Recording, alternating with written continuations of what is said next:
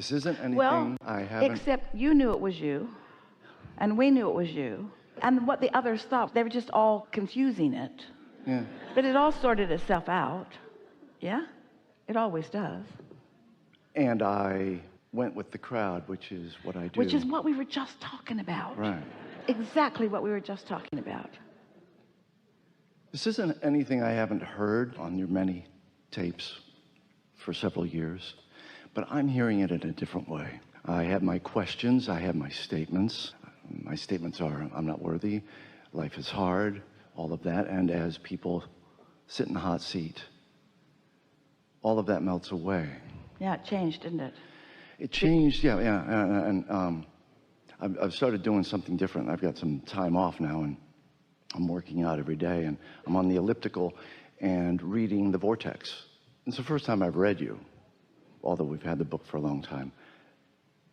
And there is something in the physical sweating and breathing and that alchemy of releasing and the positive endorphins with reading something spiritual that takes me to another level. And I'm hearing things in that book. I'm seeing things in that book that are striking. Like, for example, you write about how there is somebody in their office and their boss is a bully. And so they quit their job and they go to another job. But and of course you write, no matter where you go, there you are. And what struck me about that was you said that the energy of them moving to another job or a state or an apartment is less than the energy of their vibration. Their vibration energy is stronger than the physical moving away. Well, we are always speaking about the leverage of power in alignment. And when someone is unhappy where they are and they identify the reasons that they are unhappy, and then they move to another place thinking that they will be happy, they never are, because they didn't accomplish the vibrational shift before they began to take action. So of course the next environment has to produce for them the same results because they didn't shift at the core. Yeah, that really struck me in a very powerful way. I've been dealing with a couple of beliefs, but what I do is I've been pivoting. I have the belief of I am not worthy, and so then I shift to, I have a line, and I have that little sentence, and then I shift over to I am worthy. Life is hard. No, life is easy. And I shift over in those moments, and I've been finding specifically that I can't have it is an underlying, it's a stream under the street that's been running my life for a long time. When we say to you that words don't teach, that it's only life experience that teaches, we really mean that. So let's say that for whatever reason, maybe through environmental influences, doesn't matter, but you came to believe that you can't have it, whatever it is, and you didn't get it. So you noticed the correlation. You believed you couldn't have it, and you didn't get it, and you didn't get it, so you believed you couldn't have it, and one feeds the other. But what you take away from it is it's a belief. This belief is true because my life proves that it is true. But what this conversation helps you to understand, Esther said when she first met us and realized that we had knowledge on just about anything that they could ask about. And the first thing she said to Jerry is, oh good, now I will be able to tell who's lying, because Abraham would know and they would tell me. So she went in, turned on the television, and one of the programs was a Judge Wapner. So Esther's watching the program. There were 2 or 3 different scenarios each time, and Esther was watching the program, and then she said, okay, Abraham, which one of them is telling the truth? Because both sides sounded pretty believable. And we said to Esther, a much better question to ask is, who believes what they're saying?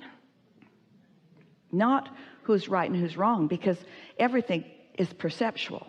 It's who believes what they're saying. And sometimes they both believed what they were saying, because their perspective of it was that was the way that it was. What we want you to understand is that your point of attraction is based upon what you're offering vibrationally. And all a belief is a vibration that you offer continuously or frequently. It's just a thought that you continue to think. So when Esther would say, but Abraham, it's true, we would say that's not a good criteria for giving your attention to something, because all something being true for someone means is that they focused it into reality. They believed it and they focused upon it, and then reality acquiesced around their dominant thought. So there are all kinds of things around that are true. The question is, do you want them in your experience, or do you not want them in your experience? So when you leave aside the rightness or the wrongness, the truth or the untruth, and you let it be a personal decision of, is this something that I want to experience in my life? And if it is, I'll think about it and talk about it. And if it isn't, then not so much. I won't do that so much. So that seems like a good way to define it. But the trouble with that is that once you have momentum of an idea going, law of attraction's pretty much going to keep it going. So you need some other way of helping yourself decide in the moment what you're going to do about it. And that's why we introduced to you your guidance system. That's why we explained to you that your inner being is living this moment with you also, and your inner being has a perspective of this moment also. For example, when you say, I'm not worthy, and it feels awful, well, your inner being is having the same moment with you, but your inner being never would for a moment acknowledge you're not worthy, because your inner being knows unequivocally your worthiness. So when you choose a thought that is so abhorrently different than that your inner being is choosing, then you feel the vibrational absence or the emptying out of yourself. And I do. And as of late, I have been meditating a lot more, and I have actually just surrendered to the concept of my inner being and the greatness of that, and the smallness of my life. But we want to get right to what you are pointing out, because everybody's living this all the time, where you've got an active thought that isn't serving you. So what do I do? And what's interesting is, you know, you've got an active thought that isn't serving you, and you don't want to have an active thought that isn't serving you, but you can't let go of the active thought that isn't serving you, because the momentum of the active thought that isn't serving you is sufficient enough that it's just kind of going to have its way with you. And what you do with that is you just let it have its way with you, and you introduced into that something that goes like this: because everything is always working out for me, then this thought that I'm deciding isn't serving me must be serving me in some way that I can't see right now. At a minimum, I know what I don't want, which I know what I do want. Real small, easy steps like that. Not trying to get yourself to stop thinking that thought, because when you decide you're not going to think that thought, you're going to think that thought, because you've shined a light on it and you're just going to think that thought. This is when we like to come back to the basic conversation that when you're feeling negative emotion, or know that you're thinking a thought that you don't want to think, and therefore you have added clarity to the mix, and you now more clearly are defining what you do want, now your inner being is going to offer up more to you of what you do want, maybe even specifically on that subject, which is going to give you more active, conscious opportunities to choose between what you used to think and what you now think, or what you humanly think and what you non-physically think about the same subject. This is the conversation that we used to have with people all day, every day in the hot seat. But really, it is so long and slow and boring. Bridging beliefs takes a lot of time. There is an easier way, and the easier way is understanding that you've asked for it and it's already there, and if you'll chill and stop your mind from thinking every single moment, that your vibration will rise, and what your inner being thinks about that will begin to occur to you.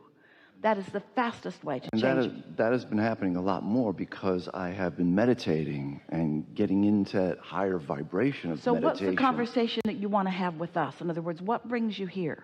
We don't mean here, we mean to this moment in time, because we know you had some things you thought you might want to think about that have evolved during the day. So where are you now on this subject? People talk about affirmations all the time, and we say, don't affirm unless you know you're in alignment, because what you affirm is a strong statement that the universe is going to respond to.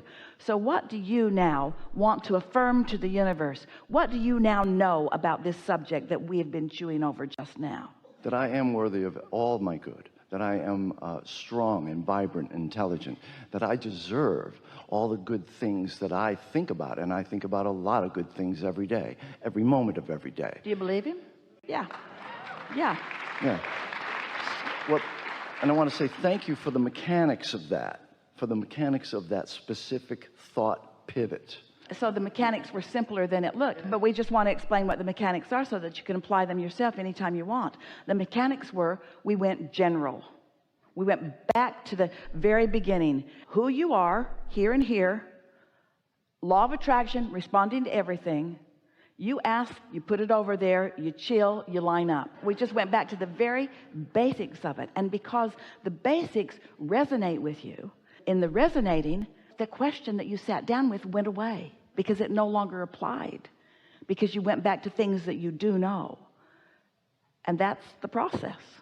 When I was young, we were on a camp out, and we went on a hike, and it was up a hill through the forest, and the older Boy Scouts, Charlie